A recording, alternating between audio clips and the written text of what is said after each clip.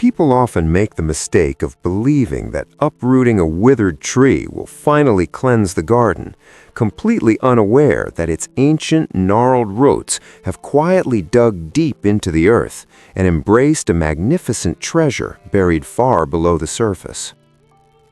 The heavy oak front door slammed shut. It was a brutal, definitive sound.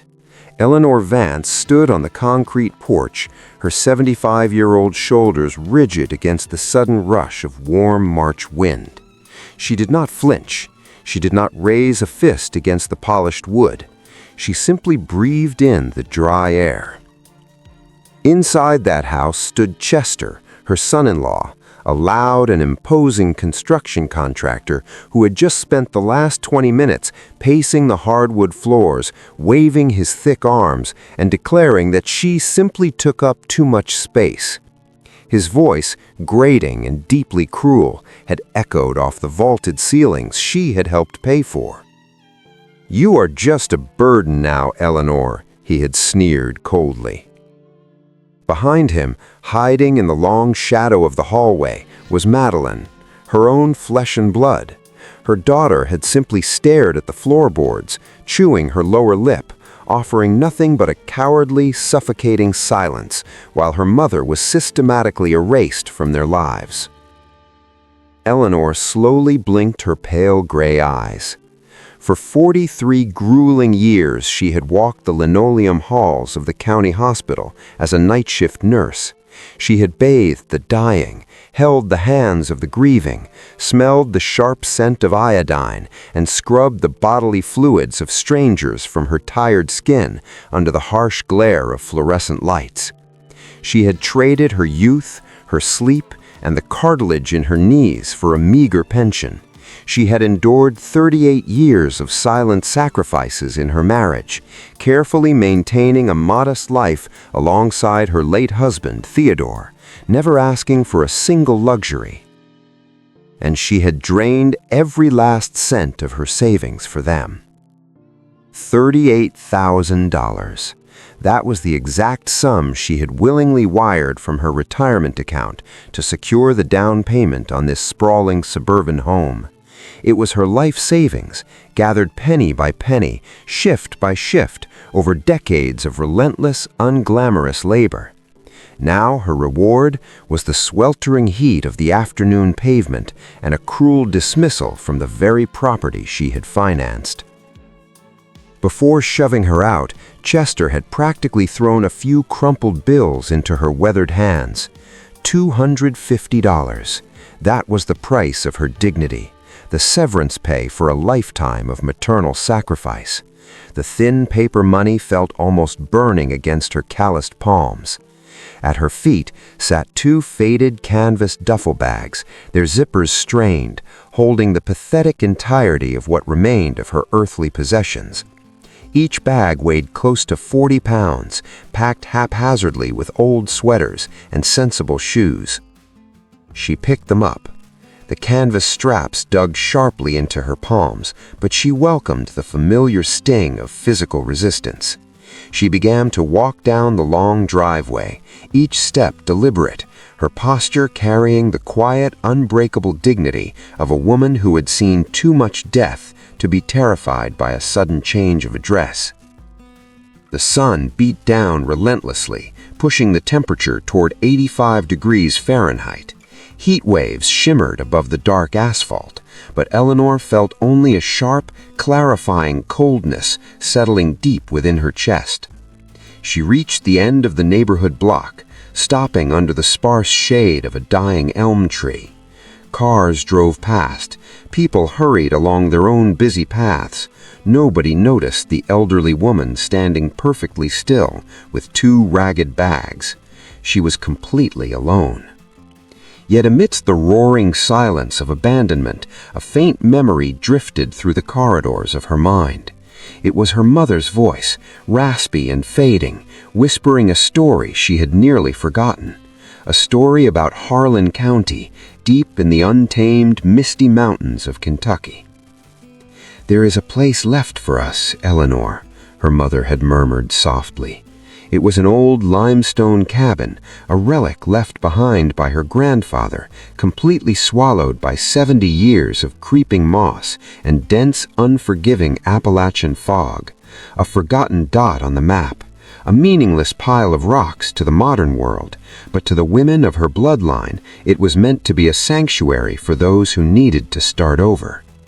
It sat miles away from the nearest paved road, surrounded by towering pines and deep valleys. Eleanor looked down at the crumpled bills in her hand. She could feel the ghosts of her past urging her forward, pushing her away from the superficial falsehoods of the suburbs and toward the rugged, honest dirt of the wilderness. She did not weep for the $38,000 she had lost, nor did she curse the daughter who had stood by and watched her fall. Anger was an expensive emotion, and right now she could not afford it. She only had $250. Her jaw tightened. She gripped the canvas straps of her duffel bags with renewed, terrifying strength. Turning her back on the sprawling neighborhood, she began the steady, agonizing walk toward the downtown terminal, putting one foot in front of the other for 2 grueling miles. She approached the ticket counter with a face carved from stone. "1 ticket to Harlan County," she said calmly. The clerk slid a piece of printed paper across the scratched glass. It cost exactly $12. $12 to leave behind a lifetime of betrayal. $12 to be transported hundreds of miles into the deep, misty unknown. Eleanor took the ticket. She boarded the idling diesel bus, pulling her heavy bags up the steep metal steps, completely unaware that the heavy oak door that had just been slammed in her face was actually the key, a key unlocking a path away from the superficial cruelty of the world, leading her directly into the heart of a buried kingdom. The heavy diesel engine roared one last time before the bus vanished down the 2-lane highway, leaving behind nothing but a cloud of thick gray exhaust. Eleanor stood at the desolate crossroads of Harlan County. The air up here was drastically different, biting, thin, and smelling sharply of damp pine needles and wet earth. Before heading into the deep woods, she dragged her bags into the dimly lit county clerk's office, a cramped room smelling of stale coffee and old paper. She stood before the bored clerk, her back perfectly straight, and handed over the exact required fee. $15, the clerk muttered dryly. Eleanor handed over the crumpled bills, receiving in return a heavily stamped piece of parchment and a single rusted iron key. It was the deed to her inheritance, a supposed piece of garbage that no one in the family had wanted for over 70 decades. She stepped back out into the fading afternoon light. The real agony began now. The unpaved logging road stretching up into the mountains was steep, heavily rutted, and choked with overgrown brambles. She began the grueling 1.5-mile trek, dragging the 2 heavy canvas bags over jagged rocks, exposed tree roots, and deep patches of slippery red mud. Her 75-year-old joints screamed in protest. Her lungs burned for oxygen in the high altitude, and her knuckles turned entirely white from the sheer exertion of holding on to the fraying straps. She did not stop. Finally, just as the sun dipped behind the jagged peaks and cast long, terrifying shadows across the forest floor, she saw it. A rusted iron gate hung precariously by a single hinge. She pushed it open with a harsh, grating screech. There it stood. It was a forgotten limestone cabin that had been left to rot for exactly 70 years, entirely swallowed by a violent overgrowth of creeping vines, thorny briars, and thick green moss. The roof sagged dangerously under the weight of decaying cedar shingles. The window panes were completely shattered, and the heavy oak door was warped from decades of brutal Appalachian winters. There were no power lines. There was no running water. It was a miserable, decaying structure that the townspeople accurately referred to as a worthless trash heap. Eleanor pushed the heavy door open. The air inside was suffocatingly stagnant. It smelled of animal droppings, wet limestone, and the unmistakable heavy scent of total abandonment. She stepped inside the pitch-black room, her boots crunching softly over broken glass and dried leaves. Night fell rapidly, plunging the mountain into an abyss of absolute darkness. The temperature plummeted to a bitter 40 degrees Fahrenheit. Eleanor found a discarded plastic-wrapped mattress in the corner of the room, stiff and freezing to the touch. She did not weep for her lost suburban bedroom. She simply wrapped her thin coat tighter around her frail shoulders, sat on the crackling plastic, and slowly chewed a piece of dry, stale bread she had saved from the bus station. The forest outside howled with the wind. For a normal woman, the terrifying isolation and bone-chilling cold of this ruined cabin would have broken her spirit, forcing her to beg for mercy or run back to the cruel comforts of civilization. But Eleanor was a veteran night shift nurse. She had spent over 40 decades sitting in silent, darkened rooms, listening to the agonizingly slow breaths of the dying, completely unfazed by the terrifying stillness of the midnight hour. The silence did not crush her. Instead, the brutal emptiness of the cabin sparked a fierce primal instinct for survival deep within her chest. She closed her eyes, letting the freezing mountain air harden her resolve, and drifted into a restless but necessary sleep. When morning finally broke, the mountain was entirely silent. A single piercing ray of pale dawn light sliced through a massive crack in the rotting wooden shutters. It illuminated millions of dust motes dancing in the cold air, casting a harsh glow across the ruined limestone floor. Eleanor opened her eyes, her joints stiff, but her mind remarkably sharp. She slowly stood up. Her sharp, analytical gaze swept across the wreckage of the room, taking in the collapsed beams, the shattered debris, and the overwhelming filth. But as her eyes moved toward the center of the kitchen area, she suddenly froze. Her breath hitched in her throat. There, sitting heavily amidst the ruins and completely untouched by the decay around it, was a massive, pitch-black object. It was a stove. A towering, solid, cast-iron wood-burning stove from the 1950s. It commanded the center of the kitchen area with the quiet, imposing authority of a sleeping giant. Eleanor walked slowly toward it, her heavy boots kicking up small, swirling clouds of gray dust, her eyes tracing the intricate, heavy metal moldings that had somehow survived decades of total neglect. She reached out with a trembling hand and brushed her fingertips across the thick, hardened layer of fossilized grease, ancient soot, and heavy rust that completely coated its massive surface. It was ice cold. Yet beneath that ugly, hardened crust of decay, she could feel the undeniable strength of pure, indestructible iron.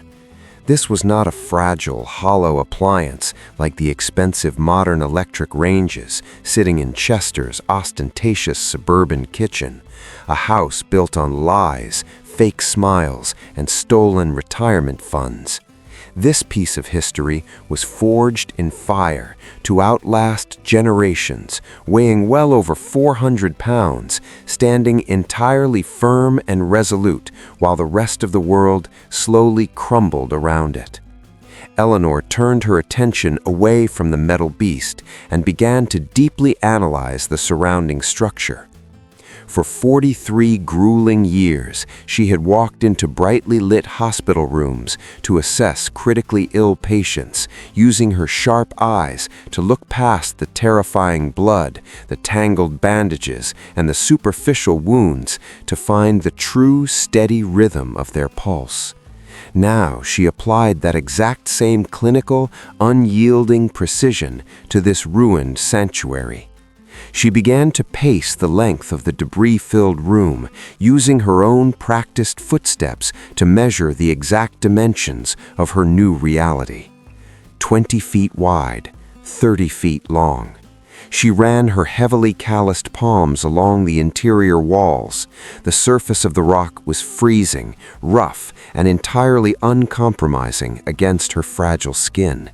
These were solid limestone blocks quarried straight from the deep belly of the Kentucky mountains, meticulously shaped and perfectly mortised by her own grandfather over 70 years ago.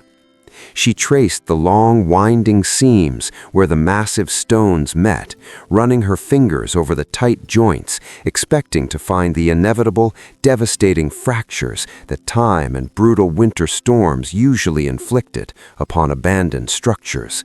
She found absolutely nothing. There was not a single structural crack anywhere in the foundational walls. The stone skeleton of the cabin was an absolute architectural masterpiece, a brilliant testament to honest, back-breaking labor. It stood in stark, glorious contrast to the flimsy drywall, cheap wooden framing, and empty promises of the modern world that had just callously discarded her. It was a fortress of silent dignity, built by a man who implicitly understood that true strength did not require a loud voice, a boastful demeanor, or a cruel heart. Eleanor tilted her head back to inspect the ceiling. The roof was undeniably compromised, with gaping, jagged holes allowing pale beams of morning sunlight and biting drafts of wind to pierce the gloom, but the underlying framework told an entirely different, hopeful story. The massive cedar roof trusses spanning the entire width of the cabin were heavily stained with dark watermarks and draped in thick gray cobwebs, yet they remained fiercely, stubbornly solid. The ancient wood was remarkably dense, refusing to bow or break under the immense weight of the sagging, rotted cedar shingles resting heavily above them. The patient was still breathing. She stood completely alone in the center of the wreckage, listening to the wind howl through the shattered window panes. Most women her age, violently stripped of their entire life savings and abandoned by their only daughter, would have collapsed onto the filthy, splintered floorboards, screaming wildly at the heavens, weeping uncontrollably over the agonizing injustice of it all, and begging for a merciful, swift end. Most women would have looked at the broken glass, the invading thorny vines, and the towering mountains of dirt and seen only an insurmountable, crushing tragedy. Eleanor did not shed a single tear. She possessed exactly $223 to her name, carefully folded in her front pocket. She had no electricity, no running water, no modern tools, and absolutely no guarantee of survival to aid her in this impossible resurrection. She only had her two tired, heavily veined hands, a quiet mind forged and hardened by decades of stoic endurance, and a quiet, burning refusal to fade away silently into the dark shadows of the forest. "We have a lot of work to do," she whispered softly to the empty room. She slowly removed her thin outer coat, folding it with meticulous care and placing it neatly on the edge of the plastic mattress. She rolled up the frayed flannel shirt, exposing the wiry, resilient muscles of her aging forearms. She was ready to use her own tired body to wake this forgotten kingdom from its long, terrible slumber. She took a deep, steadying breath of the sharp pine air. The limestone skeleton might be incredibly strong, and the cast-iron stove might hold the distant promise of future warmth, but to actually revive a massive ruin in the deep woods with only a few crumpled pennies left in her pocket, Eleanor was preparing to step into a period of brutal, agonizing physical labor that could very well drain the last flickering ounce of life force from her fragile bones. Eleanor began her brutal, unyielding routine before the pale light of the morning sun even managed to breach the jagged, pine-covered peaks of the Appalachian Mountains. The ambient temperature hovered dangerously around 38 degrees Fahrenheit, a biting, relentless cold that seeped directly through the thin fabric of her faded coat, bypassed the worn soles of her leather boots, and settled deep within the marrow of her 75-year-old bones. She possessed absolutely no chemical surface cleaners, no high-powered mechanical pressure washers, and no heavy protective gear to properly shield her fragile skin from the dangerous, toxic accumulation of decades of thick filth. She had only a rusted tin bucket, a stiff-bristled scrubbing brush she had purchased at the rural general store for exactly $3, and an endless, terrifying reservoir of sheer willpower. She walked to the creek. Every single morning, she traversed the steep, treacherous half-mile path down to the rush-in water, carefully navigating the slippery moss, the exposed tree roots, and the loose gravel to fill her bucket with heavy gallons of freezing liquid. She carried it back up the terrifying incline, her lungs burning for oxygen, her muscles screaming in agony, completely ignoring the sharp pain radiating through her spine. She dropped to her knees. Upon the freezing, unforgiving limestone floor, she began the incredibly slow, agonizing process of scrubbing away the relentless layers of creeping green moss, the hardened, calcified animal droppings, and the deeply ingrained layers of black dirt that completely coated the magnificent stone blocks. Her knuckles bled, her fingernails chipped, and her shoulders burned with a fierce, agonizing fire that reminded her of the endless, sleepless nights spent turning heavy, dying patients in their hospital beds. Yet she never uttered a single word of complaint to the empty, echoing room.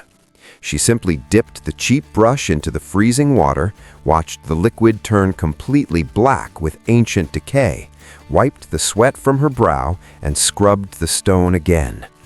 She worked until dusk. She repeated this exact punishing cycle for 6 agonizing days, systematically pushing her elderly body to the absolute brink of total physical collapse, determined to force the wild, encroaching forest back out of her domain. Then, she turned her formidable, unwavering focus to the massive cast-iron stove occupying the exact center of the room.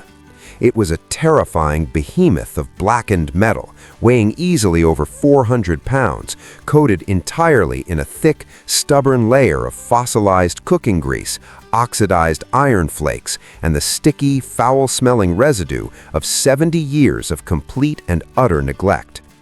Eleanor attacked the metal beast with a coarse wire brush and a thick, abrasive paste she had manually created from scavenged river sand and cold water, scraping away the stubborn decay inch by agonizing inch.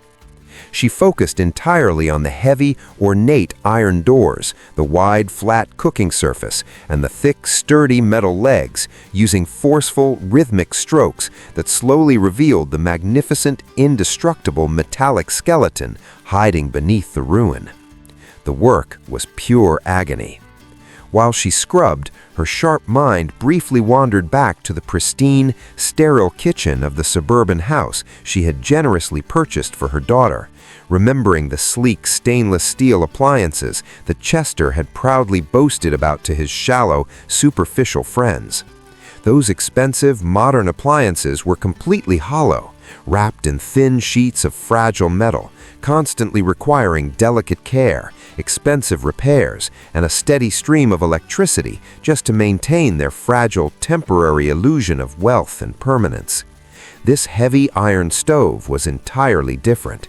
It demanded sweat, it demanded blood, and it demanded immense physical sacrifice just to be awakened. But in return for that steep price, it offered a lifetime of absolute, unwavering, and entirely independent reliability.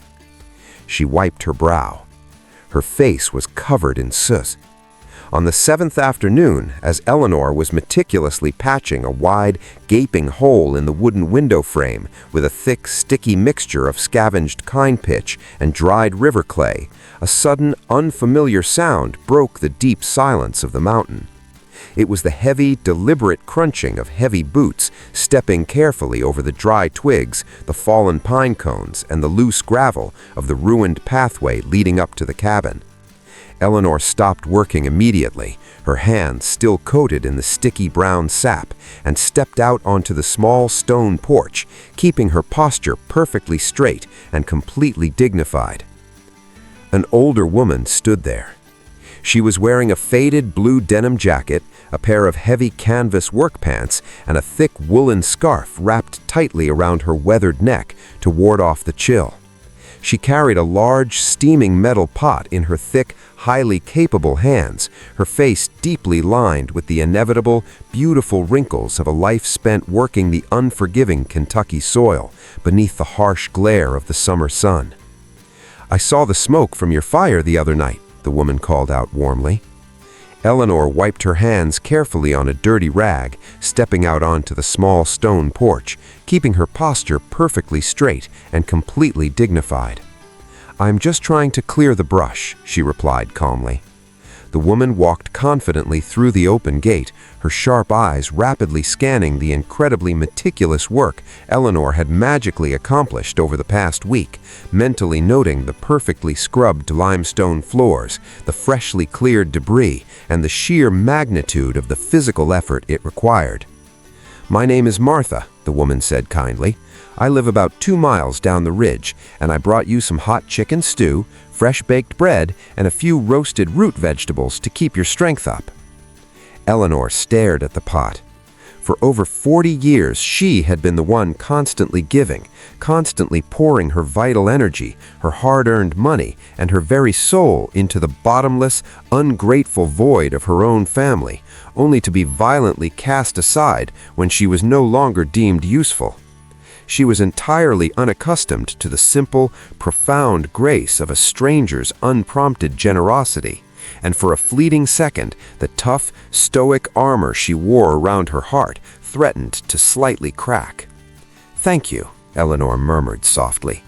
It was the first warm meal she had eaten in a week. The rich, savory broth warmed her entirely from the inside out, completely reviving her exhausted muscles and bringing a faint, healthy flush back to her pale, sunken cheeks.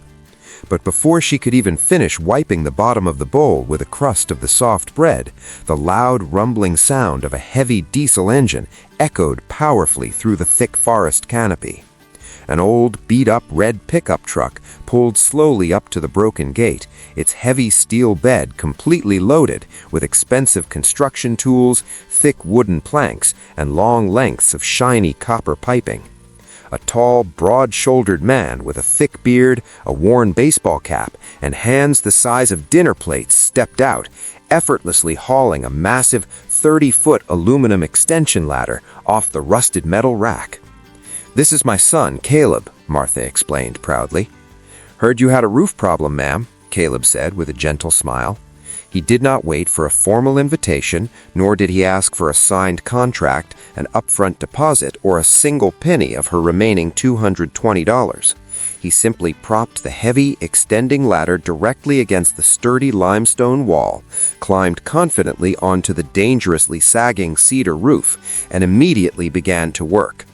For the next 5 uninterrupted hours, the quiet, peaceful mountain air was filled with the rhythmic, highly comforting sound of Caleb's heavy steel hammer driving thick, galvanized nails deep into the ancient, solid cedar beams. He brutally ripped away the completely rotten, dangerously waterlogged shingles, throwing them down into the weeds, replacing them entirely with thick, weather-treated lumber he had generously brought from his own personal workshop down in the valley. The cabin was healing. When the roof was finally sealed tight against the impending threat of the harsh spring rains, Caleb climbed quickly down the ladder, grabbed a heavy iron wrench from his red metal toolbox, and walked directly to the back of the cabin where the old well pump sat heavily rusted in the tall weeds. He He spent another 2 excruciating hours, elbow deep in freezing mud and stagnant water, patiently replacing the cracked rubber seals, carefully bleeding the trapped air from the ancient copper pipes, and manually priming the heavy iron handle over and over again. Suddenly, a magnificent sputtering burst of crystal-clear mountain water violently erupted directly from the brass kitchen faucet. Eleanor stood by the sink. She watched the pure water flow. "Exactly how much do I owe you for the intense labor and the expensive materials?" Eleanor asked firmly. Caleb wiped his greasy hands thoroughly on a red shop towel, looking around the incredibly clean, completely resurrected interior of the limestone fortress, his eyes filled with immense genuine respect for the frail 75-year-old woman who had managed to accomplish an absolute miracle entirely with her bare hands. "Not a single dime, ma'am," he answered gently. "My mother told me exactly what you have been doing up here all alone. And out here in these deep woods, we absolutely do not let sheer grit and hard work go unrewarded." They drove away just as the sun began to set. The cabin was suddenly perfectly quiet again, but the heavy, suffocating atmosphere of utter abandonment had been entirely banished from the premises, replaced by a deep, resonant sense of profound safety. The heavy roof was completely solid, the shattered windows were securely patched against the biting night wind, and fresh, freezing water flowed freely and reliably into the deep porcelain basin. Eleanor felt a deep, highly unfamiliar sense of profound peace wash over her battered soul as she stood alone in the center of the room, looking at the monumental progress she had achieved. She turned back to her work. The giant cast-iron stove was the very final task of the incredibly long, exhausting day. The exterior of the metal beast was finally completely clean, radiating a dull, magnificent black sheen in the fading twilight, completely stripped of its 70-year burden of filth. She knelt painfully on the cold stone floor one last time, opening the heavy, creaking iron door of the primary baking cavity to wipe out the remaining deeply settled layers of fine white ash and hardened soot hiding in the very back corners. She reached her arm inside. Her thin, calloused hand moved methodically over the cold, rough interior metal, sweeping the dust toward the front lip. But as she pressed her knuckles firmly against the rear wall of the deep baking cavity to steady her tired body, her hand suddenly slipped, and the metal shifted. She froze completely.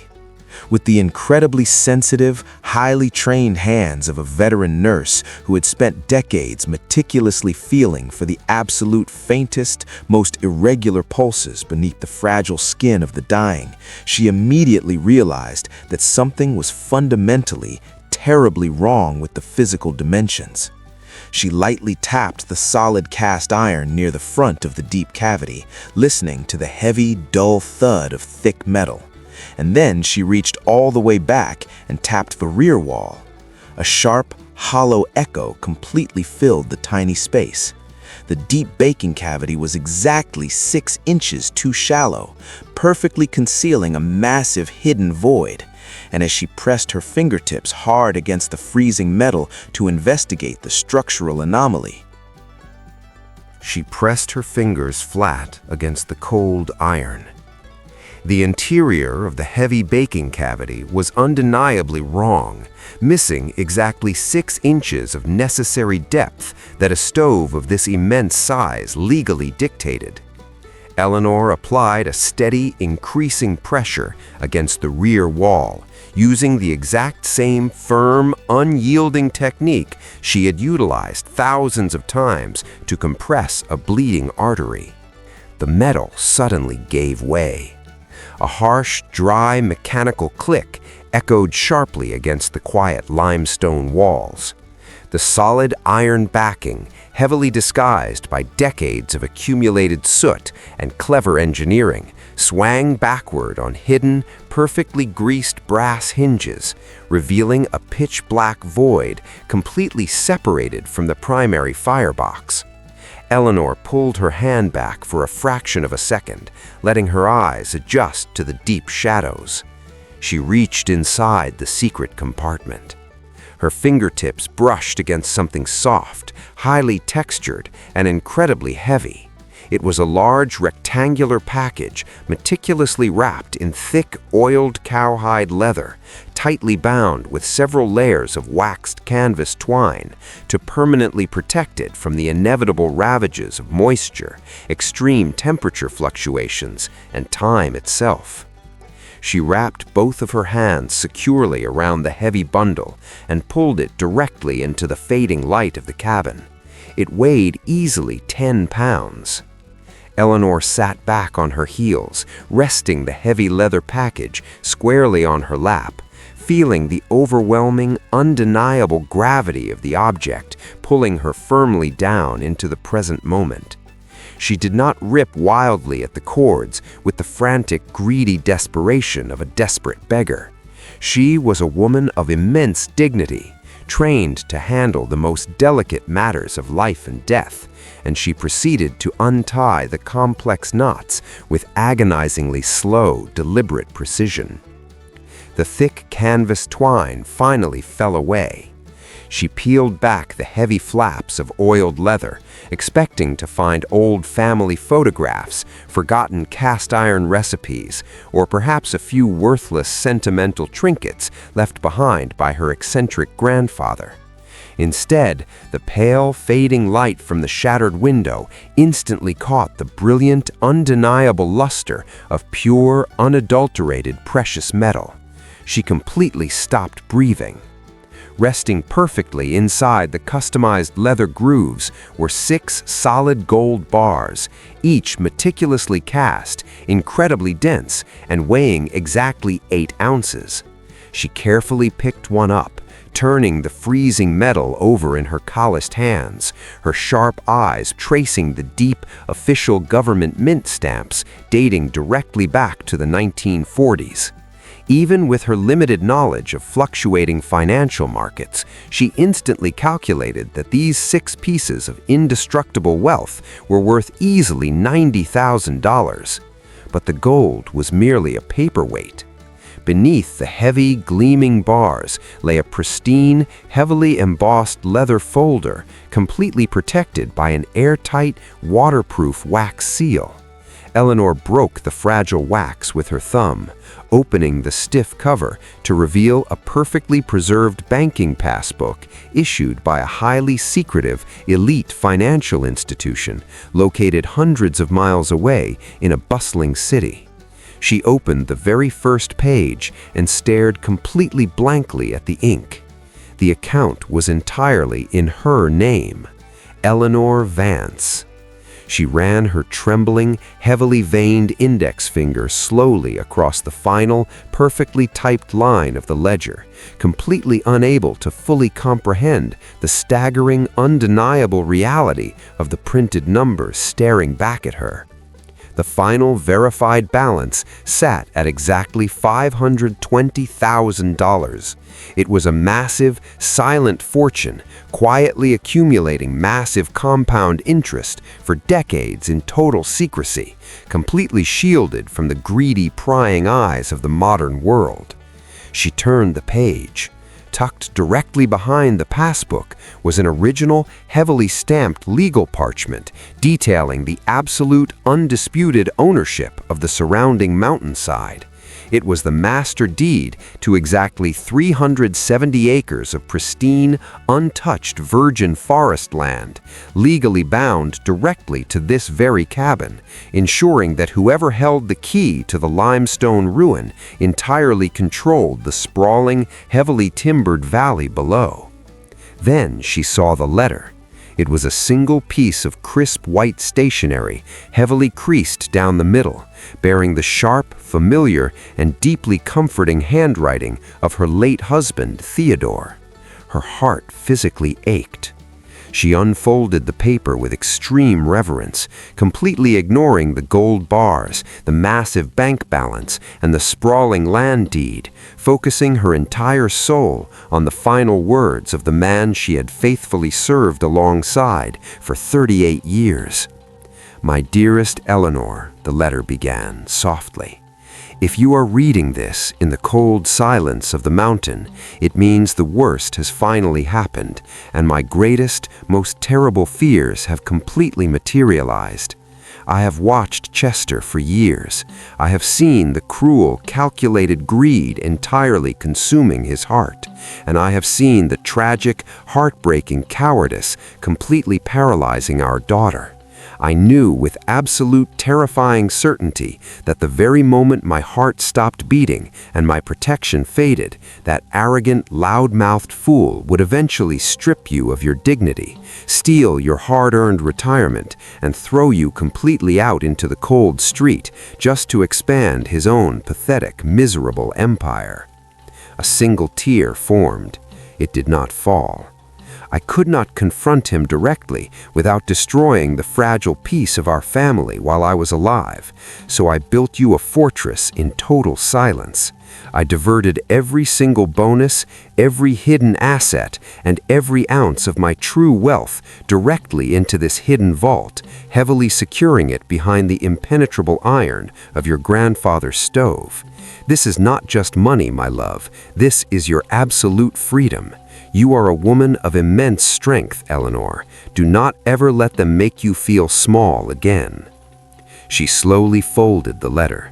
The profound, overwhelming realization of Theodore's endless, fiercely protective love completely washed over her tired body, entirely erasing the lingering bitter sting of the $250 and the 2 ragged bags she had been brutally handed just a week prior.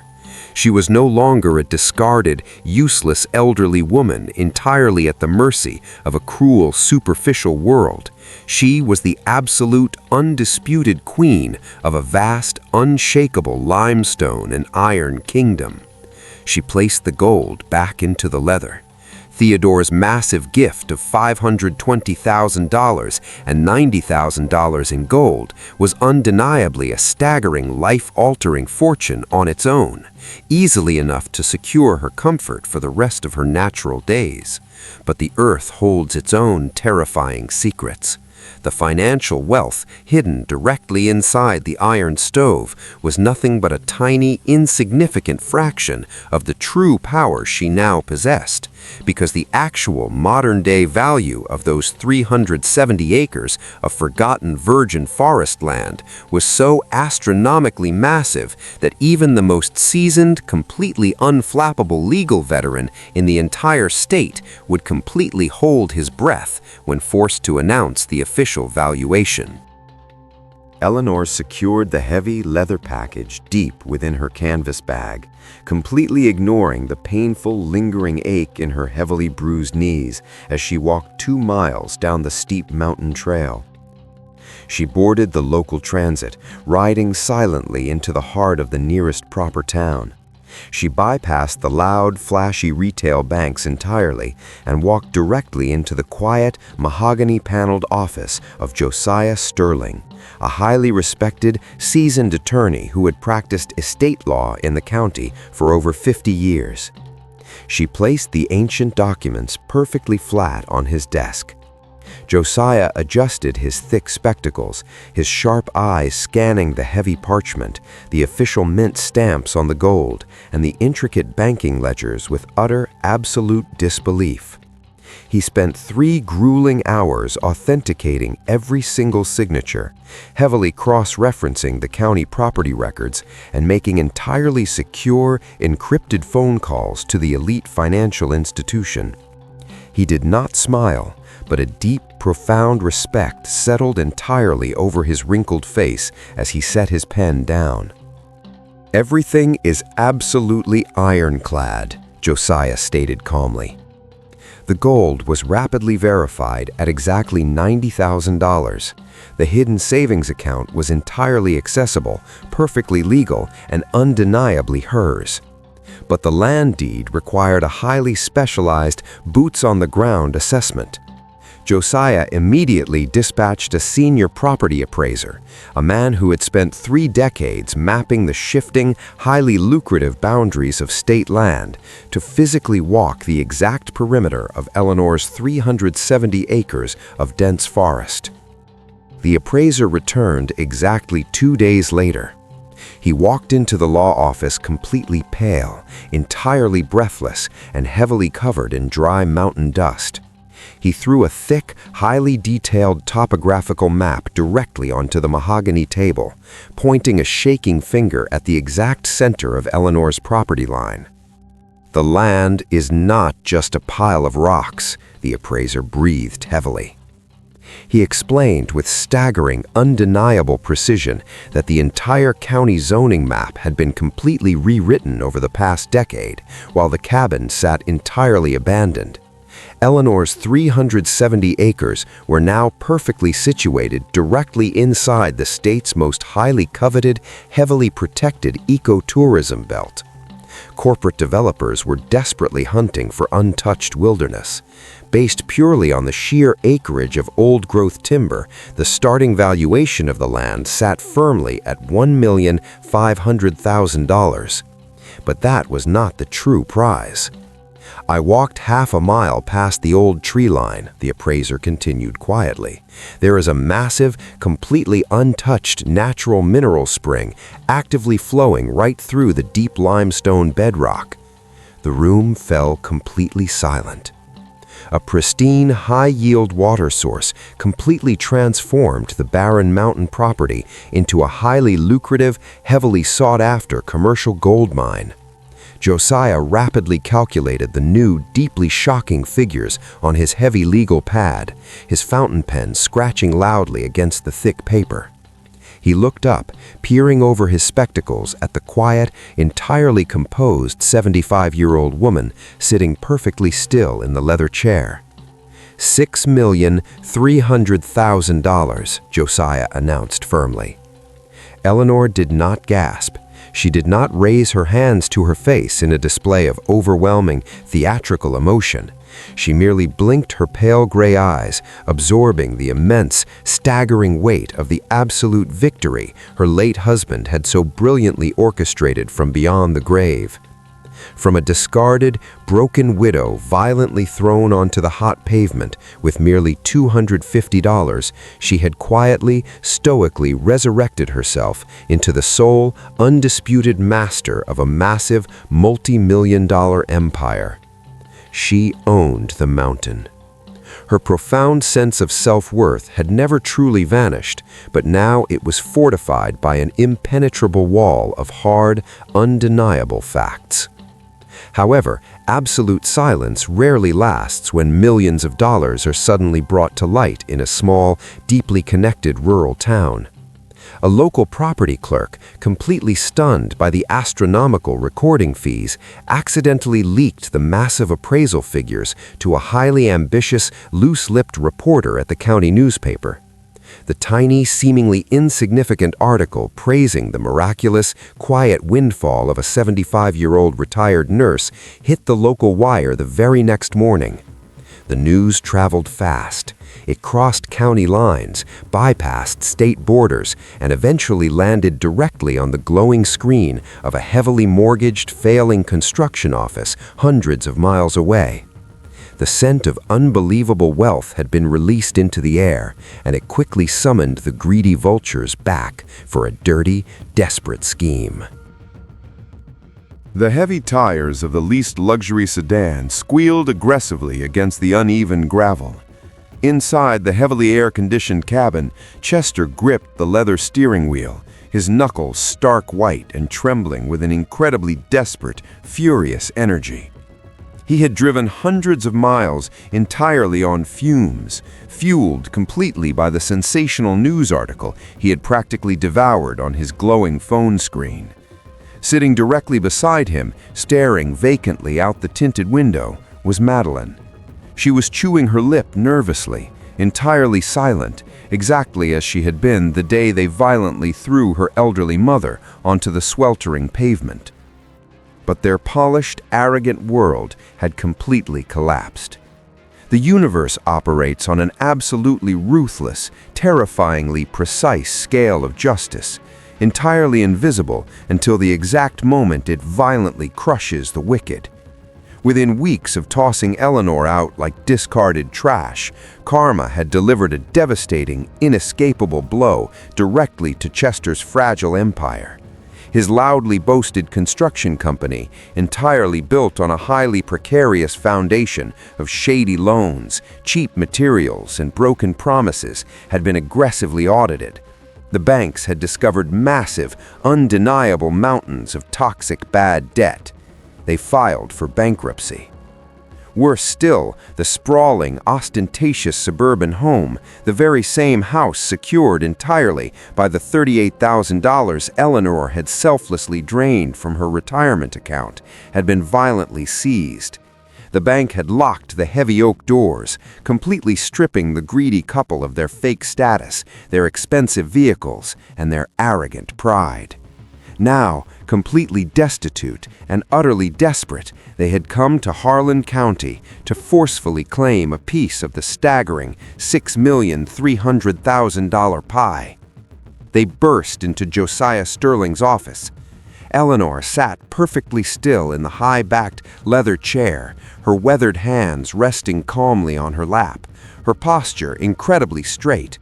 She wore a simple, clean cotton dress she had purchased for $12, looking completely serene, while Chester stormed across the expensive mahogany floorboards, sweating profusely and breathing like a hunted animal. He slammed his thick, greedy hands directly onto the attorney's desk. "That land belongs to the family," Chester demanded loudly. He forcefully attempted to project the same loud, intimidating authority he had ruthlessly weaponized against her back in the suburbs, totally ignoring the calm, unimpressed gaze of the seasoned lawyer sitting across from him.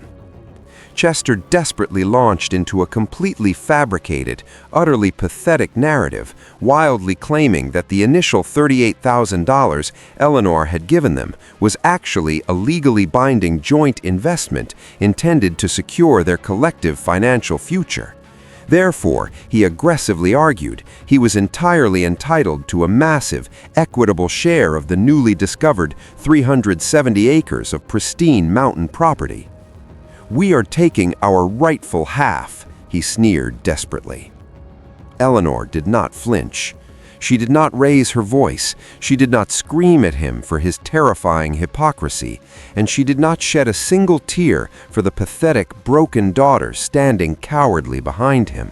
She simply let the heavy, imposing silence of the mahogany room completely swallow his pathetic outburst. Josiah Sterling slowly adjusted his spectacles. The elderly attorney did not engage in a loud, dramatic screaming match, nor did he entertain the utterly ridiculous, legally baseless arguments of a desperate, failing man. Instead, he calmly opened a thick leather binder, meticulously pulling out the heavily stamped, completely unassailable legal documents that Theodore had brilliantly prepared decades ago. Josiah placed the master deed, the pristine banking ledger showing the $520,000, and the official mint records of the $90,000 in gold, perfectly flat on the desk. "You are severely mistaken," Josiah stated coldly. Josiah explained with agonizingly slow, razor-sharp precision the absolute, unyielding reality of state inheritance law. He clearly outlined that the massive tract of mountain land was a direct, entirely independent, and totally unmixable bloodline inheritance, legally bound exclusively to Eleanor Vance through a highly secure, heavily guarded trust. Furthermore, he calmly presented Theodore's ironclad, deeply specific final will, reading aloud the precise, legally binding clauses that explicitly, intentionally excluded Chester from ever touching a single penny of the hidden fortune. Chester's face drained of color. "She owes us," Chester stammered weakly. "If you ever contact this woman again, or if you even set a single foot within 5 miles of her private property, I will personally see to it that you are completely destroyed," Josiah warned sharply. He leaned forward, his voice completely devoid of mercy, explaining that any further attempts to extort, harass, or legally threaten the 75-year-old widow would immediately trigger a massive, highly aggressive criminal prosecution for severe elder fraud. He promised with terrifying absolute certainty to bury Chester so deeply in complex, incredibly expensive civil litigation that the man would spend the rest of his miserable life fighting lawsuits from a concrete prison cell. The heavy threat hung in the air. It was a completely devastating, entirely irreversible checkmate. The loud, arrogant contractor, a man who had entirely built his identity on bullying the weak and stealing from the elderly, suddenly shrank into a pathetic, trembling shell of a human being. The massive weight of his crippling bankruptcy, the total loss of his stolen suburban home, and the terrifying, absolute finality of the law completely crushed him. He stared blankly at the ironclad documents, his mouth opening and closing without producing a single sound, utterly suffocated by his own devastating failure. He was finished. Madeline began to softly weep, her tears completely hollow, born entirely out of desperate self-pity rather than any genuine heartfelt remorse for the terrible cruelty she had inflicted upon her mother. She took a hesitant step toward the leather chair, raising a trembling hand, as if to beg for a miraculous, unearned forgiveness from the very woman she had silently watched being thrown onto the street with a mere $250. "Please, Mom," Madeline whispered pitifully. Eleanor finally looked directly into her daughter's eyes. For 43 years, Eleanor had tirelessly nurtured, protected, and entirely sacrificed her own comfort to provide for that woman. But the deep, unconditional well of maternal mercy had completely dried up on that scorching suburban sidewalk. The brilliant, fiery resilience she had forged by scrubbing heavy limestone floors, hauling freezing water, and scraping decades of filth from solid cast iron had completely hardened her heart against fake, opportunistic tears. "Get out," Eleanor replied calmly. It was a quiet, entirely devastating command, completely stripped of any lingering affection or lingering anger, carrying only the absolute, undeniable authority of a woman who had fully reclaimed her own power. Chester grabbed his wife's arm in total defeat, his shoulders heavily slumped, entirely incapable of meeting the cold, piercing gaze of the elderly nurse who had silently outsmarted him. They turned around and slowly walked out of the heavy wooden door, completely empty-handed, leaving behind the massive fortune they had desperately tried to steal. The room was completely quiet. They were gone. The heavy mahogany door clicked softly into its frame, permanently sealing out the noise, the greed, and the terrifying falsehoods of the outside world, finally returning absolute, unquestionable peace to the silent stone kingdom, where Eleanor prepared to light a final, brilliant fire to warm the very last, magnificent stretch of her long life. The bitter, agonizing shadows of the past completely dissolved into the crisp mountain air. Eleanor did not waste a single fleeting second dwelling on the miserable departure of her treacherous family.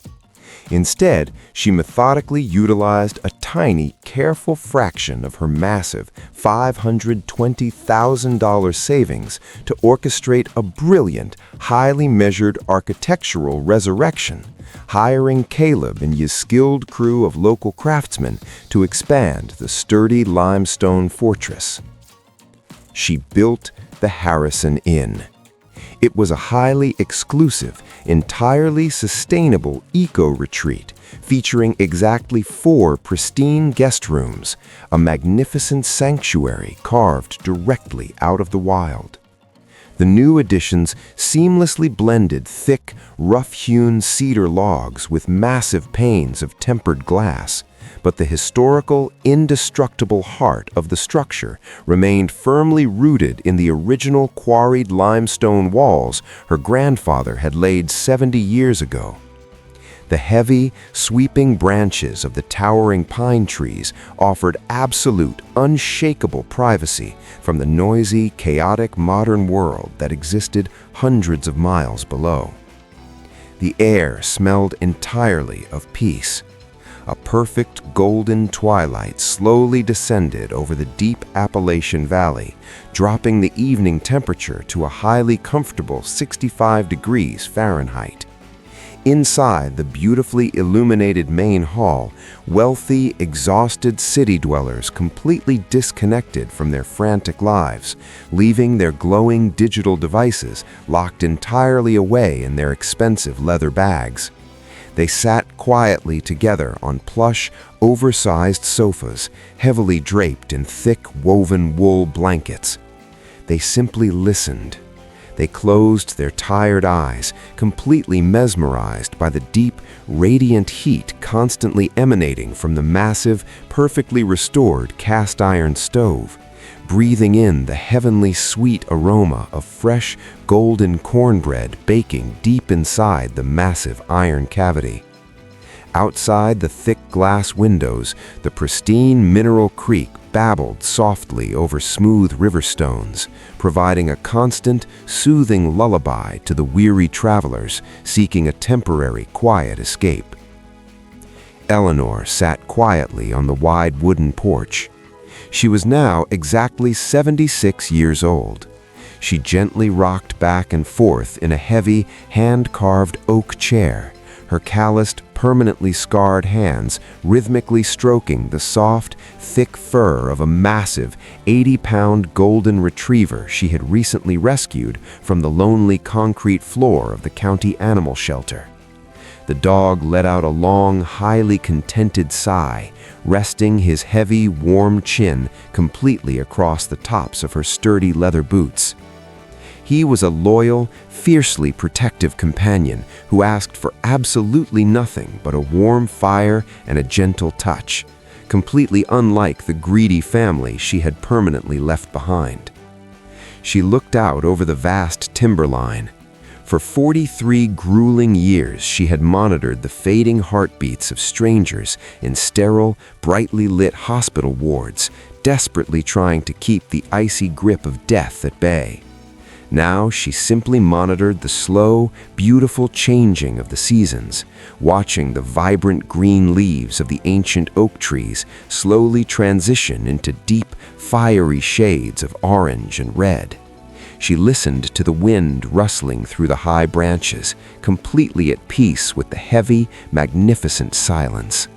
Her massive bank account remained largely untouched, quietly generating immense compound interest, because she had finally discovered that true, lasting wealth was simply having absolute, unbreakable control over her own quiet existence.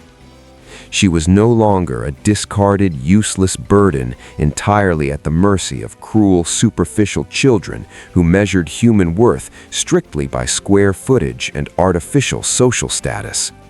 She was the undisputed queen.